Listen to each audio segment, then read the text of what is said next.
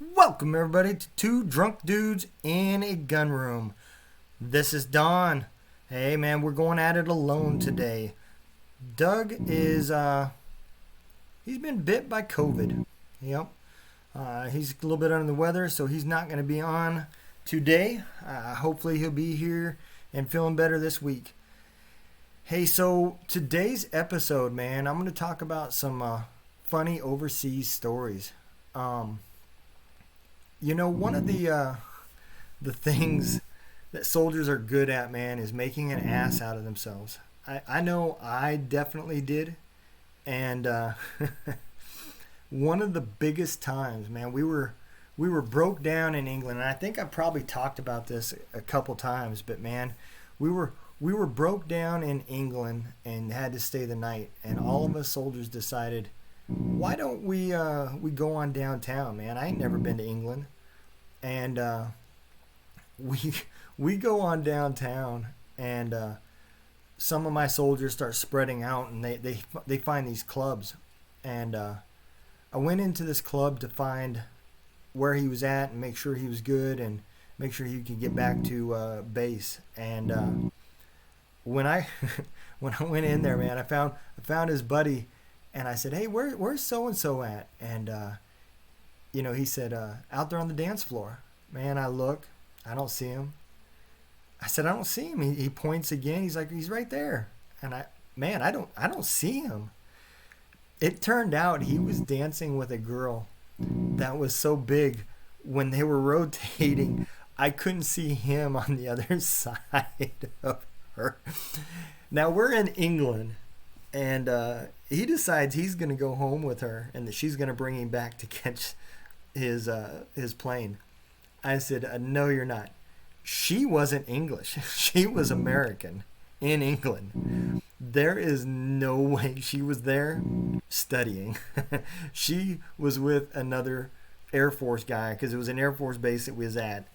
I said, "Man, there is no way you're going." So we get him back to base, and we decide we're gonna go get something to eat. And it's me and a couple other guys, and we we go in there, and it turns out it's not just a restaurant, but it's a bar as well. So we start having some beer, and then we change to some liquor, and then the waitresses and the bartender tell us that it's free as long as we drink what they make.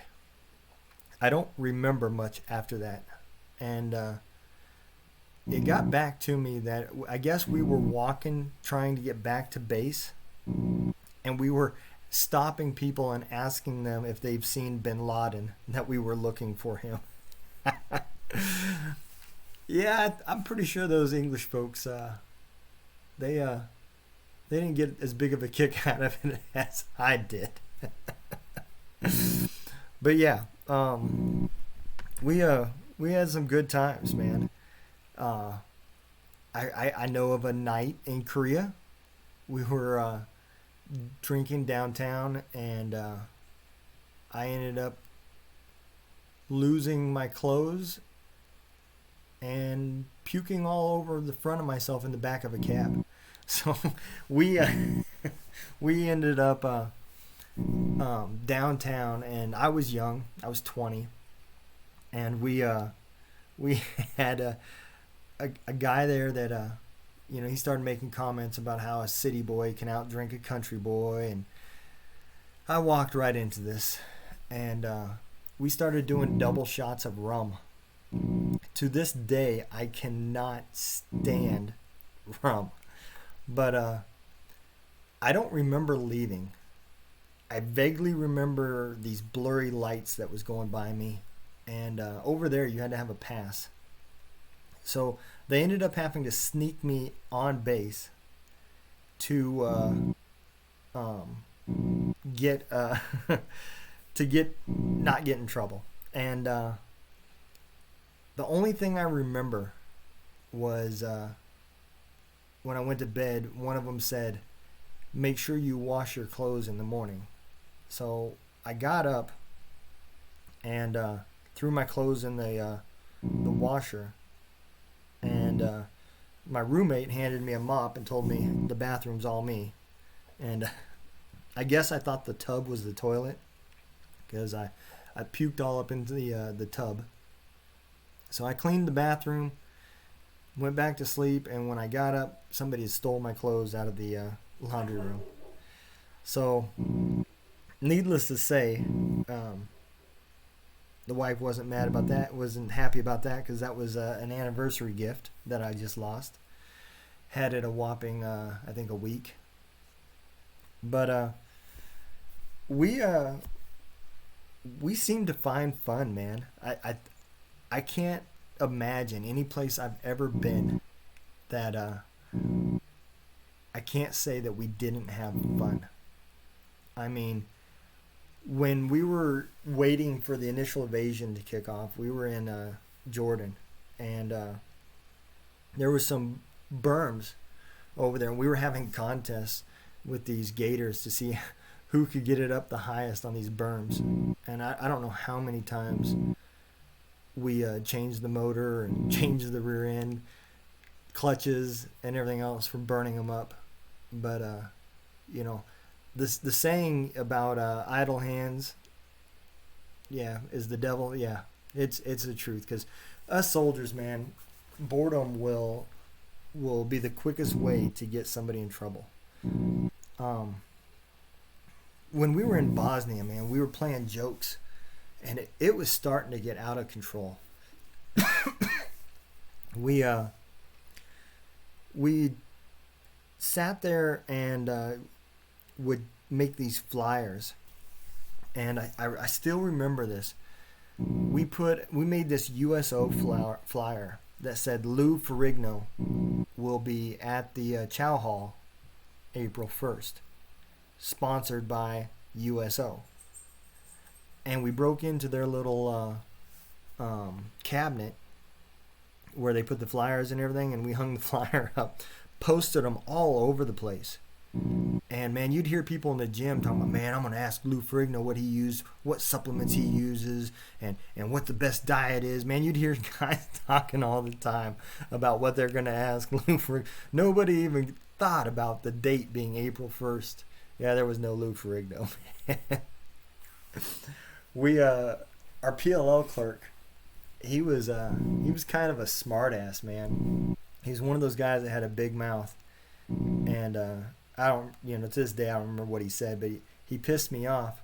So I made these signs and these flyers that said, tired of pressing your uniform? Just can't get your boots cleaned? Don't waste your time. Bring them to the press master, and I will press them for you and shine your boots for $2. And I gave his tent number and the cot that he was sleeping in. So he would get off work, and people would just drop their shit off and lay it on his bunk and lay the $2 next to it. Man, I'm telling you, that dude was pissed. Every time he'd find a flyer, I'd put up 2 more. I'm telling you, man, the things that we did to keep ourselves entertained, I think it still kind of goes together, even out of the military.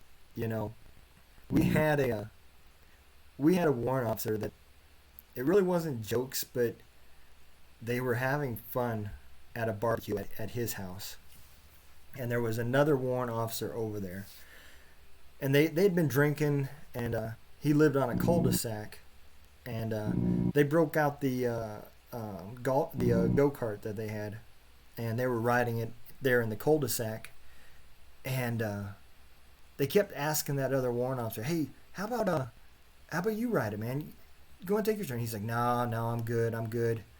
Well, finally, he's drunk enough, and they get him on it, and he takes out down the cul-de-sac, and about the time he turns around, somebody had called the cops on him, and the cops showed up. That warrant officer ended up getting a DUI for riding a go-kart intoxicated. His career was screwed over something he didn't want to do in the first place, but people were pushing him to do it. And I know that warrant officer that had him do, I know he had to feel bad, man. But it's crazy the things that soldiers will do. You know, sometimes the soldiers don't even think about it. I We were in Jordan again right before the initial invasion, and they poured some concrete for um, for us to do services on for vehicles, and one of the guys went out there and drew these like smiley faces and wrote a whole bunch of stuff in the concrete. Now we're talking about he filled the whole platform up that they poured. Concrete was ruined. He said, I just wanted to leave our mark. Yeah, you left it. I didn't know it was going to ruin the concrete. Yeah, I'm sure you didn't. Not like he would have been doing any work on it anyways. But man, the things that goes through your head, when you get out, and the stories that soldiers remember, man, that's I think where the camaraderie comes from. We build off these life moments that only veterans can understand. The civilian world, they don't realize how tight you become when you're out there doing these stupid ass things. But you build that brotherhood, that sisterhood, and it's just amazing how when you come back to the civilian world, how close you become, even years apart. Doug and Taco didn't talk for a long time, and just one day Taco out of the blue decides he's coming back here, to see him and hang out. Drove all the way from California, and that's the brotherhood that these jokes and these little games that soldiers play build. When you leave these overseas places, man, you're in a bubble. You don't know anybody outside the gate, so you're kind of forced to associate with the people that you're with, and the parties afterwards, and the families become close. We lived off base, so everybody, all the neighbors around us was German when we were in Germany, and my wife didn't speak German, and hell, she just barely learned how to drive when we got over there. So, she had to go learn how to drive in a foreign country, learn a few foreign words to be able to get through, and man, you rely on the other soldiers, and to this day, she even, some of the spouses that are over there leaning on each other become lifelong friends. She's got friends that she still talks to through social media, from over there. And when you're forced to rely on each other that much, that bond is strong. It's weird how nobody nowadays has that. People say they have more acquaintances than they do friends. And I think it's because they don't have the life memories that were built to build that foundation. Me and Doug are, we started out as subordinate and supervisor, and I slowly earned his respect, and he appreciated what I was able to do, and from that, he's seen the way I took care of soldiers, and how I felt about the military, so that kind of built that camaraderie with me and him, and I think that's kind of what America needs nowadays, is a little bit of that camaraderie to bring everybody back. I don't know what it would take to get there. Maybe drunk in England, asking the locals if they knew where Bin Laden was. Maybe that would do it. I don't know, but I think that's kind of one of the things that is missed. And if if we can't get there, man, what good are we? I still have soldiers I talk to today, and I wish them the best. There's people that I check on and just, hey, I ain't heard from you in a long time. And you just can tell when things are wrong. And I don't know, I don't know what it would take, but that's where we need to get to. I think that's the thing I love about this podcast is it brings a lot of that back. The funny stories and the times in combat and the times back in the rear. When everybody hated it. It is weird, and I think that is one of the things that every soldier would say they would go back to Iraq or Afghanistan in a heartbeat. And I think it's not so much the combat that they're looking for or the fighting, it's the camaraderie. It's being able to count on that guy to your left and right. And I really do think that is the key to winning this mission of getting people to stop committing suicide, is to replace what they're looking for, and that's the camaraderie.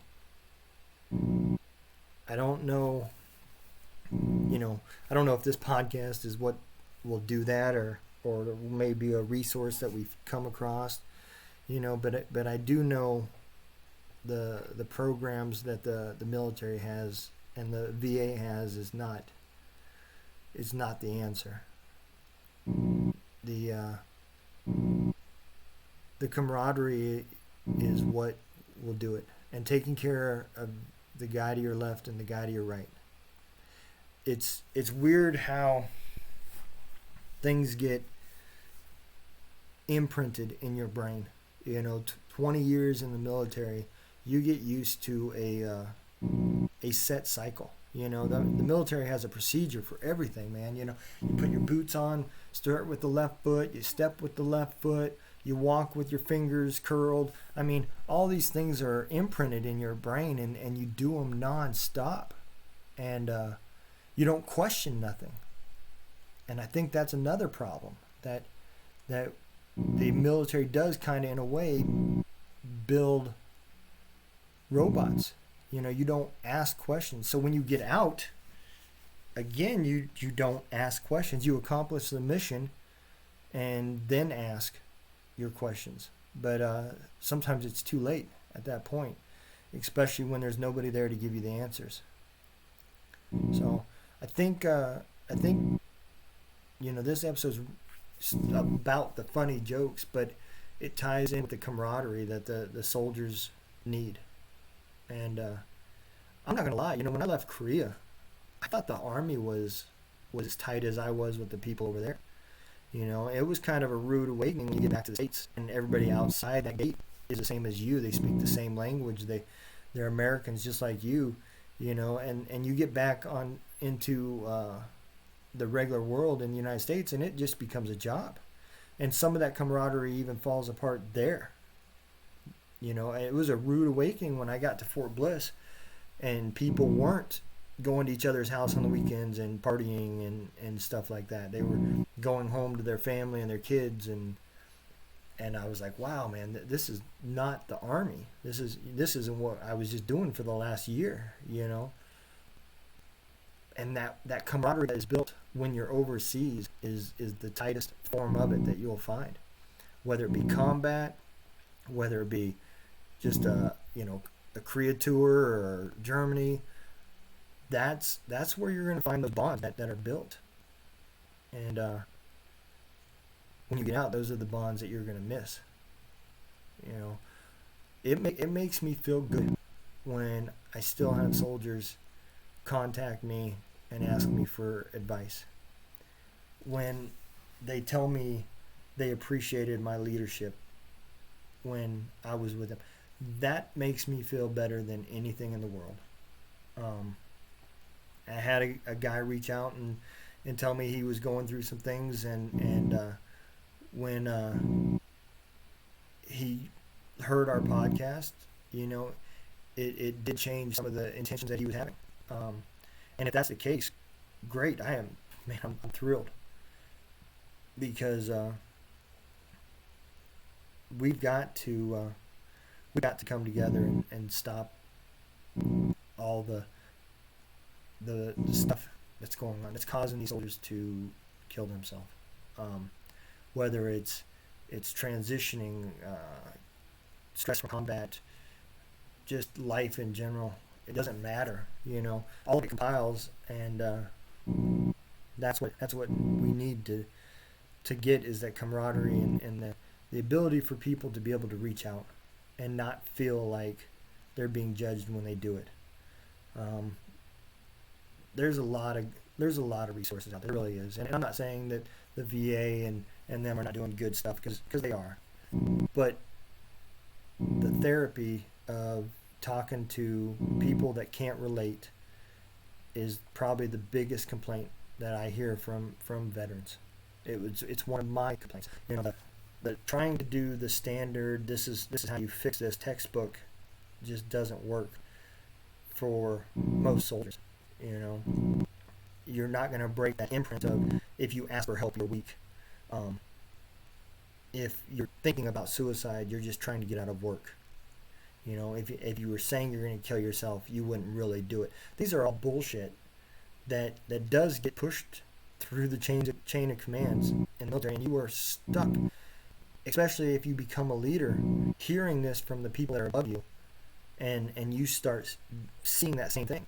But then when those thoughts go through your mind and you get out of the military, and now there is nobody there to help you, then it becomes really easy to say, I'm just worthless and weak, and to follow through with the thoughts. And that's why a lot of people don't understand this. They don't understand how it comes about. But when you try to go to sleep and you're awake for 2 and 3 days because as soon as you lay down, your mind starts running through all these things that bother you. And then you're on medication that alters your moods, and the family members are fighting with you because you're not the same guy that you was when you left. These are the things that just start weighing, and they get mixed up with the thoughts. We just need to come together.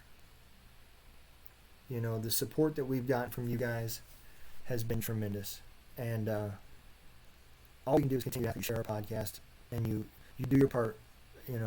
Listen to our shows, provide the likes on the pages, interact with us, check on your buddies, and just keep everybody safe.